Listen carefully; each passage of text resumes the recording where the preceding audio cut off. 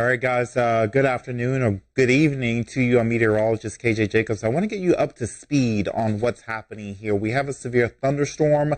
It is moving off towards the east right now. It's pretty much stationary.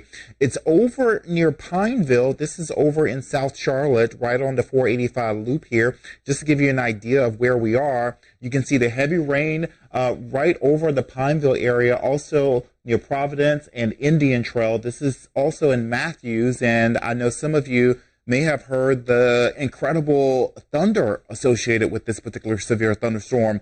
It is producing the heavy rain. Also, there may be some hail associated with it, aside from the lightning, the rain, and because it is a slow-moving system or cell, then it could lead to some flash flooding. So we have a number of scenarios out here with this particular storm. Once again, it is moving towards the east at about 7 miles south of the city. Let's take a look right now. I just want to pull up some data that I have here, as it is 7 miles south of uptown Charlotte, and it is slowly moving, not really moving at a speed, but maybe 2 miles per hour, if I may. But there is a warning in effect for Mecklenburg and Union counties until 8 p.m.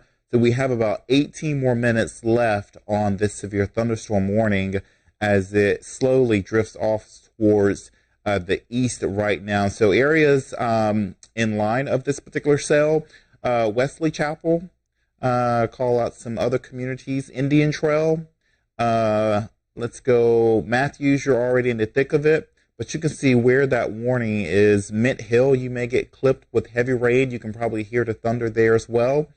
Let's look over Weddington as well, Marvin, some other areas. I'll put a storm track on it just to see when it could make it towards your neighborhood. So we'll circle through here. Let's put it out, let's see, to the east. Some areas that may be. We have Lake Park by 7:52. That's another 10 minutes. Weddington, the heaviest of it will be overhead in about 10 minutes as well. Stallings, and it's right overhead for you pretty much right now. But just to get you caught up on what I have been looking at behind the scenes here, we have the system. This is an area or a scenario we have been talking about for the past few days, that severe weather threat for today. And as we talked about at 6 o'clock, the potential for storms to still develop even at this hour. So we're not in that phase that we're losing that energy as we get closer towards sunset. So these storms are still able to tap into some of the fuel that is out there for storms. But as I rewind radar, let's go back a few scans here. You can see how these two cells, notice these two cells here, we call this cell merging. And you can see one over near Pineville, you have this other cell near Matthews, and that was at 7 o'clock. And these two cells will come together, and that's when we got this large cell capable of producing wind gusts at 60 plus miles per hour to trigger that severe thunderstorm warning. In addition to that, 1-inch hail also may have triggered the severe thunderstorm warning. As I look at the hail tracker, it also indicated that we may have had some hail of that size. So as we advance it here and move forward, you can see watch how these two cells come together. And these are some pretty strong cells. And one little area right in there just before the 485 loop, a little bend in the line here, or this particular cell, you can certainly see that there may have been some strong winds situated within this cell that may have been driven down to the ground due to the downdraft. There's heavy rain that may drive the wind, cool air down to the ground, and as it hits the ground, it's going to come with such force that could certainly lead to some damage. And that's the type of scenario, those downbursts, that I have been keeping my eye on with this particular setup over the past couple of days. And it is something we see here pretty regularly in the Charlotte area, those downbursts. Let's look forward right now. I want to switch it over to the hail tracker.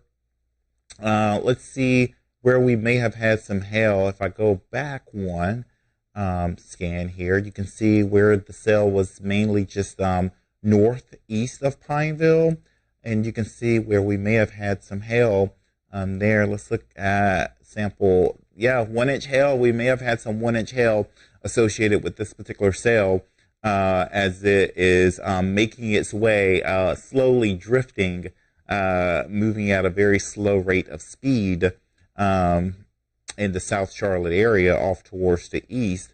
We'll switch it back to radar. Once again, if you are joining us right now, I am tracking a severe thunderstorm warning that is in effect until 8 p.m. It covers parts of Mecklenburg County over just east of Pineville, also moving into Union County, and it's moving in overhead in Weddington, Indian Trail, almost out of Matthews. We have some frequent cloud-to-ground lightning. You certainly want to seek safe shelter. Stay in place for now due to the intense lightning with this particular storm cell. Now, lightning is not a criteria for it to be severe. The severe parameters include the wind gusts. We may have some winds upwards of 60 miles per hour or 1-inch hail associated with this particular cell. I'll switch it over to the velocities, and this is when we take an x-ray of the cell, give you an indication of how it looks when you look at the wind associated with it. So you see these little bars here, that's the lightning, the plus sign as well. I'll take those off, and you can see the reds and the greens as you hear us talk about pretty regularly when we are tracking severe weather. But as I bring it in a little bit closer here, this is going to allow me to sample some of the wind that's associated with the cell, and we'll query this on. That's 23 miles per hour. Just before we went live here, I had seen some wind gusts much higher, some stronger winds. Still yet, these winds can certainly be driven down and still cause some issues on the surface. So we'll take those off, but I'll certainly keep an eye out for any stronger winds. But if I take radar back, follow me here. This is in rewind. We can actually do this. It's part of the products we have here at WCNC Charlotte. Let's take it back and we'll zoom in a little bit here. 7 o'clock. We'll take it right there and we'll query this. And let's see what we have. Let's see.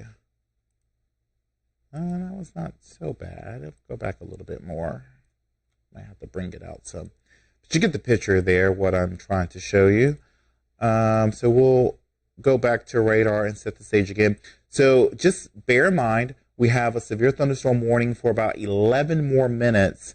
The storm is isolated. I mean, most of us are not having to deal with severe weather this evening. We'll have to go all the way back into Caldwell County, northern Burke County as well. We'll zoom in here. This storm is not severe, but once again, the atmosphere is unstable. We have the ingredients to produce waterlogged cells. They are producing a lot of rain. There are wind gusts associated with some of these cells as well, and hail, depending on how strong that updraft is.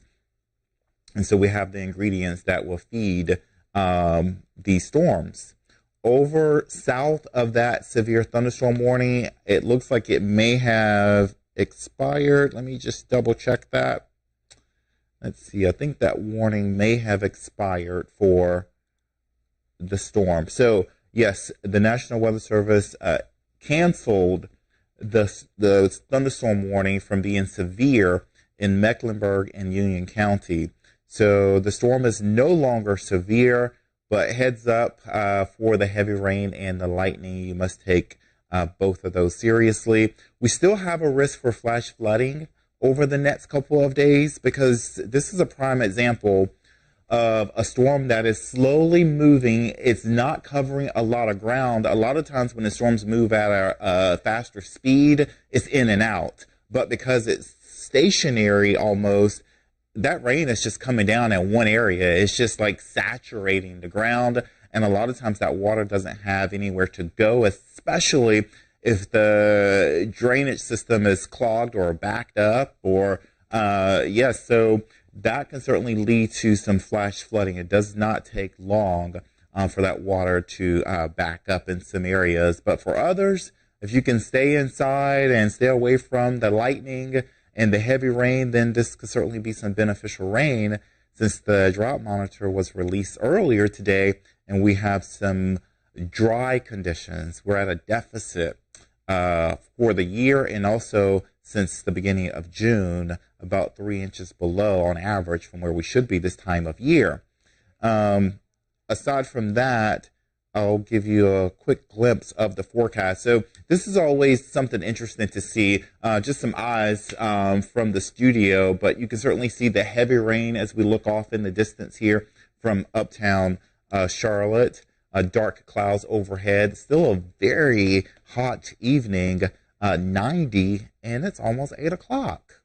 Heat index is 99, and through the evening, we'll still be at 80 by 11 o'clock tonight. Does not provide any relief through the overnight, which is going to set us up for another hot day tomorrow. So mid-70s overnight and then back into the 90s tomorrow. But this is important because the system is, if I may, but these cells are not moving fast.